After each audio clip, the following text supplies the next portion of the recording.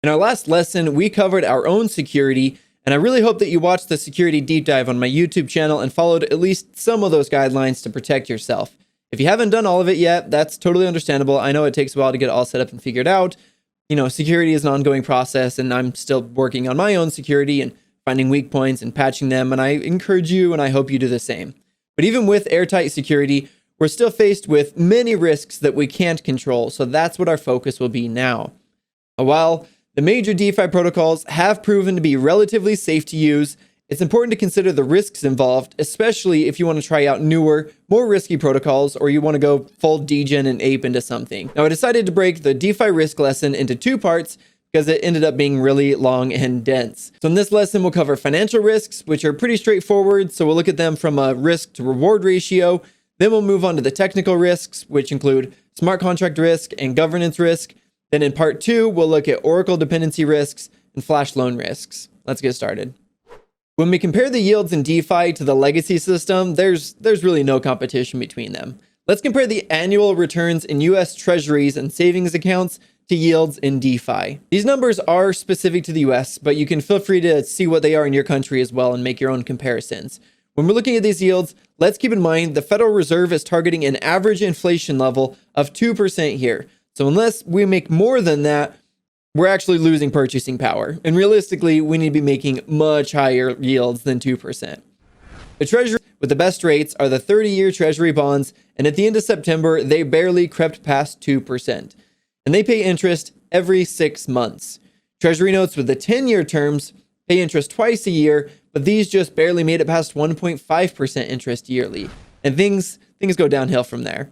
Look at the average savings account rate in the US. We're left with the pitiful 0.01% APY. And even if you lock up your funds for 5 years with a certificate of deposit, you'll only earn 0.25% interest. For locking up your funds for 5 years, 0.25%. Now keep in mind, when you deposit your money into a bank account, what you're really doing is lending your money to the bank, meaning it's not your money anymore. Let's compare that to the savings rates in DeFi. But first, a quick disclaimer that these numbers are based on market supply and demand, so they change regularly. By lending $1,000 in DAI, you could earn between 2.23% on DYDX up to 2.91% on Aave. These numbers get much higher when you look at lending USDT, USDC, or BUSD, since there's more demand for them right now.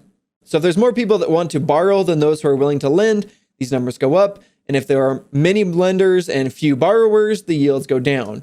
Oh, and you get paid interest with every Ethereum block, which is about every 15 seconds. Just a little better than monthly or quarterly from your savings account, or semi-annually from your treasuries, or every 5 years from your certificate of deposit. So why is there a discrepancy here? How could you earn almost 17% APY from lending BUSD while only earning 0.01% lending to your bank? One reason is that these protocols are more efficient and open, so people will pay more for the global accessibility and lack of friction. But another reason is that they are inherently more risky. Even MakerDAO, Aave, or Compound, which have been around for longer than most other DeFi protocols and have largely shown to be secure, they're still in their infancy when compared to the legacy system. And that risk compounds depending on which coin you're lending, which is part of why BUSD, controlled by Binance, earns more than the others, at least at the time I'm making this video. Most DeFi investors, and really crypto investors, don't fully appreciate the risks that come with them. And while there's certainly money to be made, there's plenty of money to be lost as well through financial risks. Now let's look at the technical risks. Every single crypto project that runs on smart contracts faces smart contract risk. Most of the largest DeFi hacks and exploits are due to vulnerabilities in the smart contract. Having audited contracts can help mitigate this. Having formally verified contracts are even better, but even then there's no guarantee.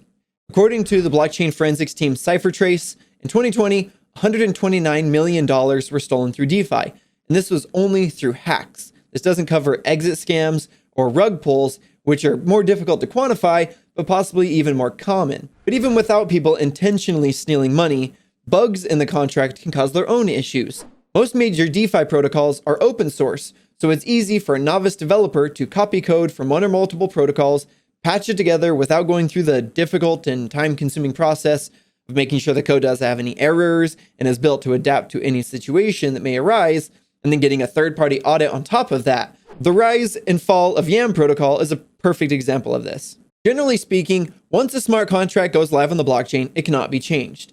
So any errors that are present there will be there forever. The exceptions are when the contract has upgradability built in or when it's a proxy contract. Those ways allow it to be upgraded or changed in the future, but that brings other risks of insiders making changes or governance attacks. Beyond those, there are reentrancy attacks, where a bug in the code allows an attacker to execute functions on the smart contract and then either interrupt them in the middle multiple times or run them multiple times without an error. A good way to think of this is the broken ATM metaphor. Imagine if your ATM only checked your balance after you remove your card. So you just put your card in, do a withdrawal, and another withdrawal, and another, until the ATM is empty, and only after you took out your card would your balance update and be pretty heavily in the negative, probably. This is what happened with the DAO hack back in 2016, and that led to the loss of 3.6 million ETH and caused the fork of Ethereum and Ethereum Classic. The safety of a given smart contract is generally connected to the coding abilities of the developer or developers who created it. Anyone with basic coding skills can create and mint a smart contract, so most of the ones out there have garbage code and are very highly unsecure, which is why we're sticking with those with a proven track record, specifically with MakerDAO, Aave, and Compound, because they have been audited with formal verification and they have a multi-year track record. Beyond the risk of smart contract vulnerabilities, we also need to look at governance. And while we do, keep in mind the governance risk is also present in legacy finance. And we've seen time and time again that those in positions of power will abuse that power for personal gain. It would be naive to think that people participating in DeFi governance are different. Because many DeFi protocols have a governance token, there's a risk that the majority holders of the governance token will abuse their power. Maybe they will vote to move all treasury funds or funds in various liquidity pools into the wallets of governance token holders. Maybe they will vote so that there are higher fees on the protocol and those fees go to governance token holders. Maybe even they could have the largest governance token holders have all those funds go to just the largest wallets. Governance risk is compounded when there's just a team in control instead of a community. This opens things up for exit scams, where the team just takes investor funds and stops development. Or a rug pull, where the team removes dev funds and DEX liquidity and runs off of it.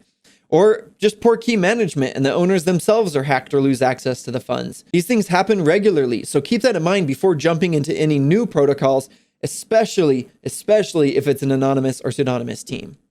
Now your task for this lesson is to go to DeFi Pulse from the link down below, go to Earn Income at the top, and then look at the different rates that you can get on different cryptos. Compare them to the rates that I gave in the video, and let's talk about how they're different and why we think that they're different. So go in the forum, talk about the different rates, and give some reasons as to why you think some of them are higher or lower, and maybe something that surprised you. And be sure to comment on at least 2 other posts while you're there so that we can all learn together. And I'll see you in the next lesson.